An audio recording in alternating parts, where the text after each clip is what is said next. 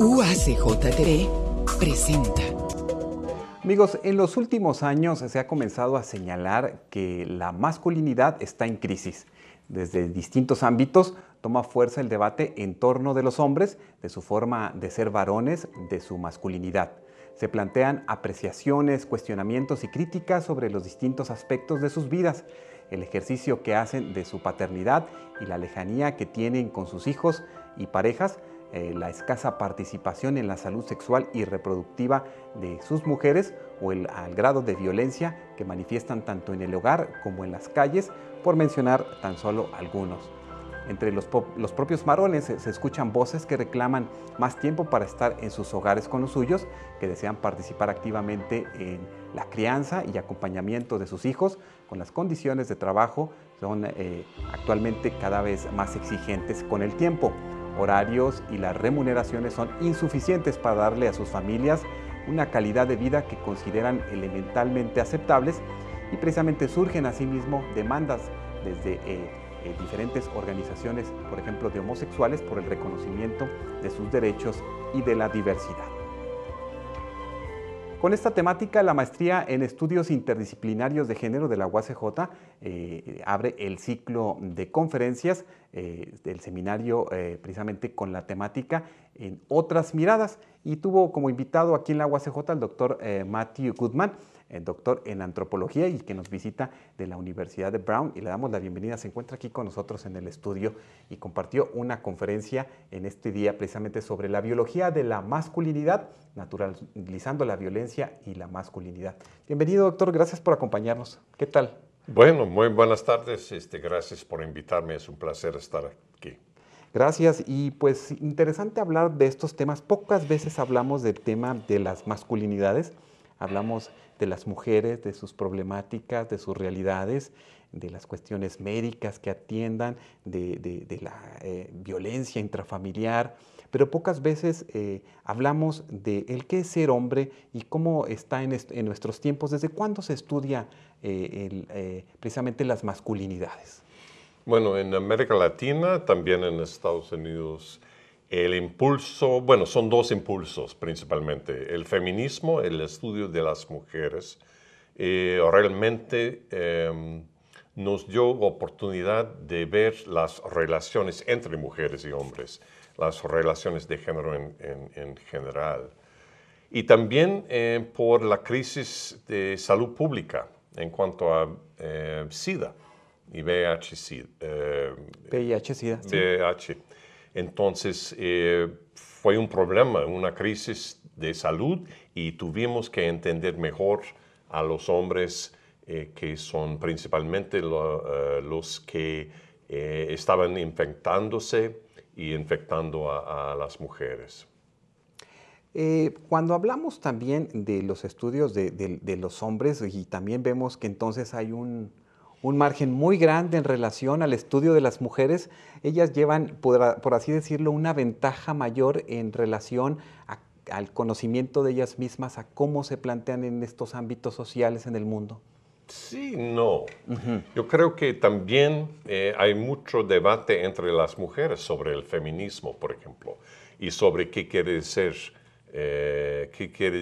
ser mujer. Yo creo que una cosa importante en los estudios de la masculinidad y de los hombres es que nadie está tratando de reemplazar a los estudios de la mujer. La relación entre hombre-mujer, hombre-hombre, mujer-mujer, es todo un conjunto de cosas. Entonces, nada más estamos diciendo que también es importante incluir en los estudios feministas a los hombres, porque podemos aprender mucho más. No podemos resolver, por ejemplo, el problema de violencia doméstica si no vamos a incluir a los hombres. Ni tampoco podemos hablar realmente, al fin de cuentas, de salud reproductiva de la mujer, porque está involucrado totalmente el hombre también. ¿Qué se le adjudica precisamente las cualidades o las características del ser hombre? ¿Qué es ser hombre en estos tiempos? en ese hablando proceso de de investigación. Hablando de México, ¿cuántos somos en México, los hombres? No podemos generalizar, no tenemos todos los mismos metas para ser hombre. La cosa es, por ejemplo, yo he vivido y hecho estudios antropológicos en la Ciudad de México, en una colonia popular de paracaidistas originalmente. Y entre mis amigos y vecinos allá en la colonia Santo Domingo de la Ciudad de México, una expresión muy popular es: yo no soy ni macho ni mandilón. Entonces, yo no mando a ella ni ella manda a mí. Vamos a compartir. Bueno, en el caso de fulano, tú y yo podemos decir, bueno, él manda, pero no quiere presentarse como alguien que manda necesariamente a otra gente. Y precisamente en la historia, el hombre o los roles de los hombres han ido transformándose, han ido cambiando. Y actualmente, ¿en qué estamos? Porque quizás hay una resistencia en la aceptación, pero también quizás ya se están asumiendo estas acciones o estas actividades de una manera cotidiana, también lo vemos. No, precisamente yo creo que no solamente en México, sino en todos los países del mundo. Pero no es una situación en la cual los hombres hemos sido los mismos por 2000 años y de golpe hace 20 años empezamos a cambiar. No es así. O sea, no existe un hombre tradicional. Por ejemplo, en el campo de México, los hombres van a la milpa para sembrar, algo así. En el pasado, sobre todo, cuando los niños no iban a la escuela tanto, los hombres los padres llevaron a los escuincles, llevaron a sus hijos a la milpa. Después de llegar a la ciudad, después de empezar a trabajar en fábricas o donde sea, donde no podía llevar a los hijos, cambió. O sea, antes tenía más oportunidad de pasar tiempo con los hijos. Después, menos tiempo. Y ahora están buscando maneras de pasar más tiempo. Muchos hombres, si no todos. Claro. Entonces, esta carga social, esta carga cultural del ser hombre ha traído consigo precisamente estas búsquedas de volverse quizás a encontrar con la familia que se quedó un poco marginada o fuera, con esos espacios donde quizás el hombre no entraba mucho en las cuestiones del hogar, pero entonces ahí, ¿cómo se visualiza por las sociedades para romper esos esquemas? Pues hay de todo. Hay debate al nivel social, pero también hay debate en los hogares, en las familias. Entonces, hay hombres que golpean a la mujer, pero no son todos los hombres que golpean a la mujer. Entonces, tenemos que entender el problema de los golpes como un problema social, pero también es un problema individual en el sentido de que no podemos decir que todos los hombres son violentos por naturaleza. Y de eso estaba tratando de hablar antes con profesores, con maestros y estudiantes aquí. Por ejemplo, en la colonia de Santo Domingo, en la Ciudad de México, hay muchos hombres que dicen que pasar tiempo con sus hijos es muy importante. Hay otros que dicen que no es importante. Mientras en los estudios que he hecho con gente que tiene mucho dinero, aquí en México, dicen la mayoría de los hombres que no quieren pasar tanto tiempo con los niños muy chiquitos. Por eso tienen muchacha en la casa. Tienen a alguien para cambiar los pañales. Y es diferente también por clase social, por región, si vives en el campo, si vives en la ciudad, si tienes muchos recursos o si no. Entonces podemos ver una diversidad de golpeadores, de no golpeadores, de gente que quiere pasar tiempo con los niños y no. Y hay un debate sobre todo eso. Entonces, para mí, la transformación, el impulso del feminismo en particular, de las mujeres, exigiendo la habilidad, el derecho de trabajar fuera de la casa, de no recibir golpes, etcétera, etcétera. Eso sí ha sido la fuente principal de los cambios entre mujeres y hombres, yo creo. Y en ese aspecto, ¿qué es lo que más detiene estas transformaciones que están enraizadas en una tradición, en un contexto sociocultural muy fuerte, muy arraigado, muy tradicionalista? ¿Qué es lo que más nos detiene para entrar a un nuevo proceso de entendernos hombre, mujer y en nuestros roles?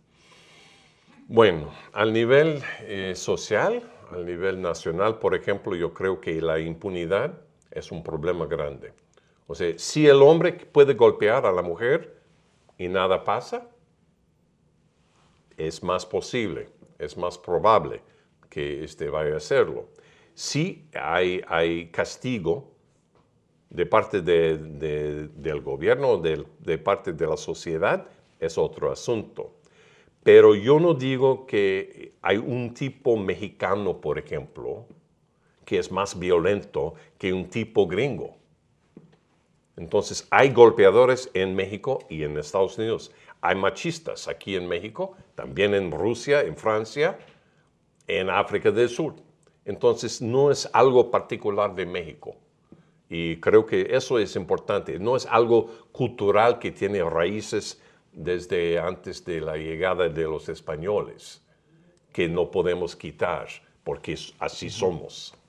Y precisamente dentro de la conferencia que usted desarrolló, la biología de la masculinidad, naturalizando la violencia y la masculinidad, hablaba de estos aspectos de la biología que se destacan ahora en los estudios. Sí. ¿Qué le parece si hacemos una pausa y regresando nos comparte precisamente sobre estos estudios y también sobre la polémica que existe para aceptarlos como religión, por así decirlo?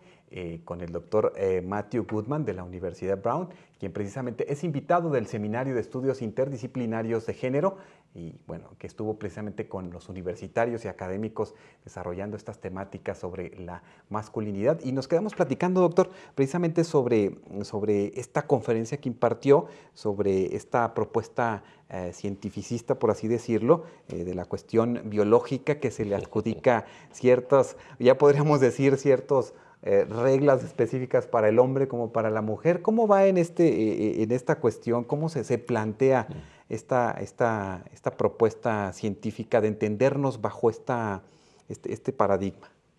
Bueno, empezó todo para mí en Estados Unidos, donde ahora hay mucha gente que quiere explicar el comportamiento humano, casi todo lo que hacemos por medio de referencia a los genes y hormonas. Entonces, tú como hombre podemos explicar todo tu comportamiento por ser hombre. Yo creo que es una locura total. En Estados Unidos, en inglés, tenemos una expresión, boys will be boys, que quiere decir que así son. En México decimos así son. Y es medio chiste, pero también hay un peligro, yo creo. Si pensamos que es algo natural de ser más agresivo por ser hombre y no es algo cultural. Porque si es algo natural, de la naturaleza por el cuerpo masculino, es mucho más difícil cambiar el comportamiento problemático, como la violencia. La violación, por ejemplo, hay algunos científicos que dicen que violar es natural para no solamente los hombres masculinos, sino también todos los animales machos. Tienen un impulso innato de violar, mientras otros dicen que no. Yo creo que es importante criticar, identificar, pero también criticar el recurso, la excusa de ser por algo biológico no puedes cambiar. Por ejemplo, estaba hablando con un joven de 19 años y estaba hablándome de la importancia de la cultura, pero también me dijo que son importantes los genes. Como ejemplo, me dijo que conoce a una mujer madre soltera, su mamá también madre soltera, su abuela también madre soltera, su bisabuela también madre soltera, 5 generaciones. En este caso, me dijo, es obvio que son los genes. No es algo cultural, no tiene que ver con pobreza, no tiene que ver con oportunidades, no tiene que ver con problemas entre hombres y mujeres en la sociedad, es algo genético. Yo creo que es un problema. Si vemos en las madres solteras un problema genético y no un problema social. Y precisamente, ¿por qué es importante conocer más de la ciencia en estos aspectos? Porque es importante hacerlo también y no solamente quedarnos en el factor sociocultural, por así decirlo. Bueno, yo no digo que la biología no es importante. Al fin de cuentas, somos animales. Yo me pregunto, ¿qué quiere decir ser animal en el caso de los humanos? Y si actuamos solamente de manera instintual, o si tenemos la habilidad, la capacidad de decidir, vamos a hacer eso y no vamos a hacer otra cosa. Entonces es muy importante saber algo de la biología, porque si tenemos la idea de que estamos controlados, más o menos totalmente, por la biología, entonces, ¿para qué tratar de cambiar el comportamiento? Hay gente que dice las guerras en el mundo vienen de algo biológico, la necesidad de luchar violentamente. Si así es, ¿para qué tratar de evitar y parar a las guerras? Yo creo que las guerras mundiales no es un asunto tan fuerte aquí en México como en Estados Unidos, pero les prometo que en Estados Unidos hay mucho debate sobre la causa de guerras. ¿Por qué se le da un impulso tan fuerte en estos tiempos a esta investigación, a esta propuesta biologicista? ¿Por qué en qué estamos entendiendo que ciertas naciones le dan un impulso a esto, una fuerza a esto? ¿Es para legitimar? ¿Es para, para qué está surgiendo toda esta fuerza en ese aspecto? Muy buena pregunta. No puedo decir que he encontrado exactamente la causa, estoy investigando, pero creo que tiene que ver con un sentido de confusión, de desesperación, de tratar de entender lo que está pasando. Por ejemplo, en cuanto a la violencia social. Yo sé que aquí en Juárez, ustedes han pasado muchos años difíciles en cuanto a la violencia. Y hay mucho debate, muchas ideas en cuanto a de dónde viene, cómo resolver la violencia. Entonces yo creo que lo que está pasando de manera particular en Juárez también está pasando de otra manera en otros lugares, en México y en otros países. Estamos tratando de buscar el sentido de la violencia. Y creo que es fácil llegar a una explicación sencillista de biología, explica todo. Y no podemos cambiarlo, entonces tenemos que aceptarlo. Claro. En el caso precisamente de Ciudad Juárez, doctor Goodman, ¿qué es lo que le dice a usted estas realidades que vivió Ciudad Juárez? ¿Cómo las reflexionaba, las vivía usted? ¿O qué le llamó la atención de este fenómeno social en el que aún, bueno, nos vemos inmersos por vivir en esta ciudad que pareciera que acaba y cuando menos pensamos que finaliza la violencia, surgen situaciones que rebasan nuestra imaginación? Bueno, yo no estoy aquí para comentar sobre la violencia en Juárez. Lo he visto de lejos y no he estudiado ni he trabajado aquí en Juárez. Según lo que he leído de las y los especialistas, aquí hay varios tipos de violencia. Entonces hay homicidios en general, una tasa horrible de homicidios, pero también dentro de los homicidios hay maneras diferentes de matar a mujeres y hombres, por ejemplo. Hay un femicidio contra las mujeres que tiene mucho que ver con las mujeres que trabajan en las maquilas, con la presencia militar, la presencia policíaca, con las drogas y los narcos, etcétera, etcétera. Entonces, convergencia de varios factores, pero no estoy aquí para decir que, en mi opinión, un factor es principal o no. Sí, porque además lo hemos analizado aquí mismo, hemos observado esta cuestión multifactorial de esta realidad tan desafortunada y que se masifica precisamente a través de los medios masivos de comunicación, de la llegada del Internet, de la virtualidad, y qué tanto aportan a la construcción del ser hombre con estas características quizás negativas, los medios de comunicación, la forma en la que se nos va planteando esta forma de ser.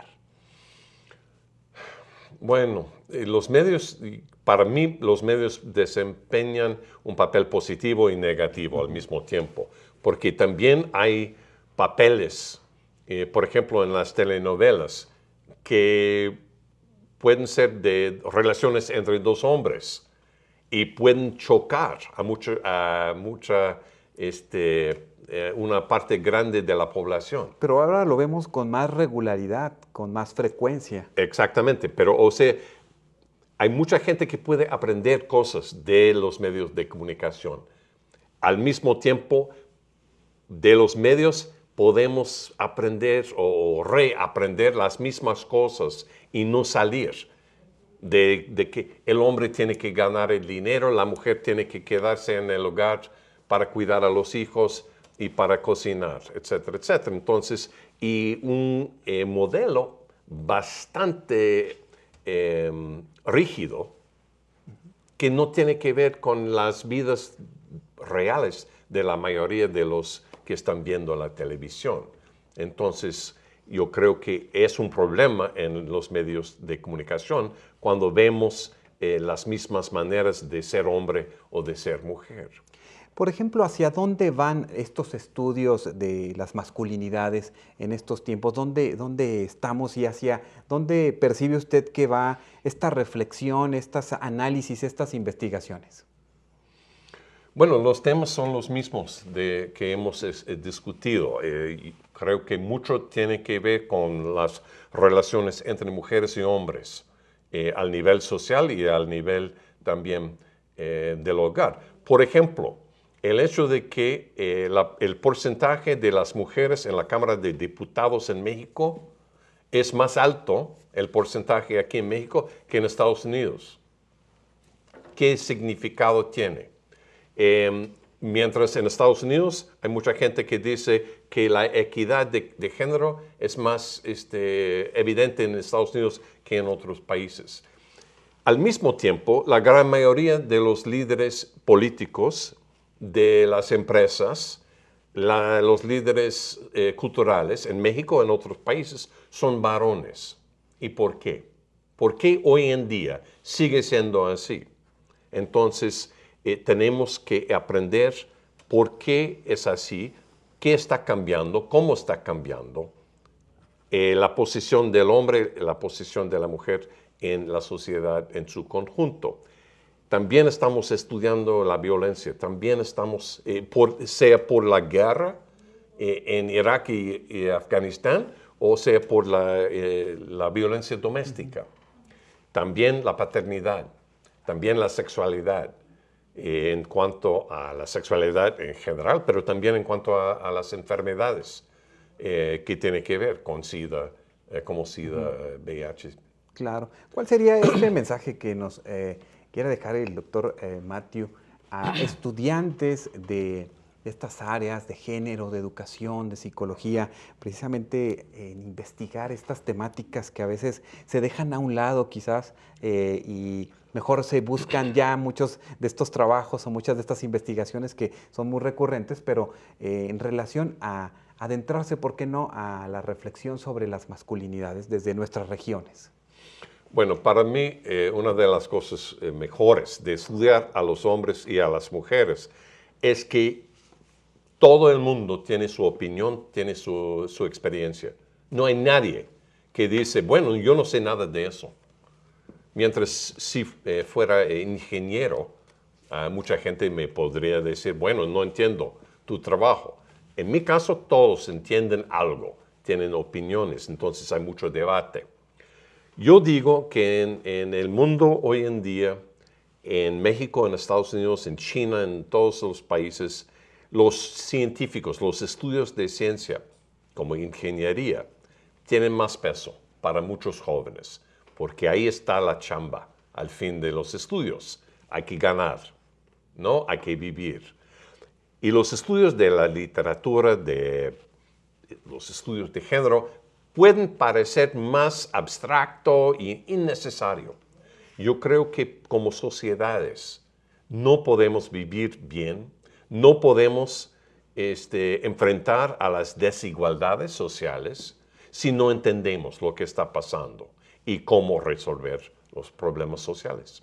Pues queremos agradecer, doctor Matthew Goodman, por habernos acompañado estos minutos y haber planteado estas temáticas que pocas veces las vemos en la televisión y que pocas veces las reflexionamos en estos ámbitos. Y pues muchas gracias por acompañarnos y esperamos una pronta visita aquí a la UACJ. Bueno, muy amable, gracias. Muchas gracias. Amigos, con esto despedimos el espacio del día de hoy. Muchas gracias por habernos acompañado. Hasta nuestro próximo Énfasis. Gracias en nombre de todo el equipo.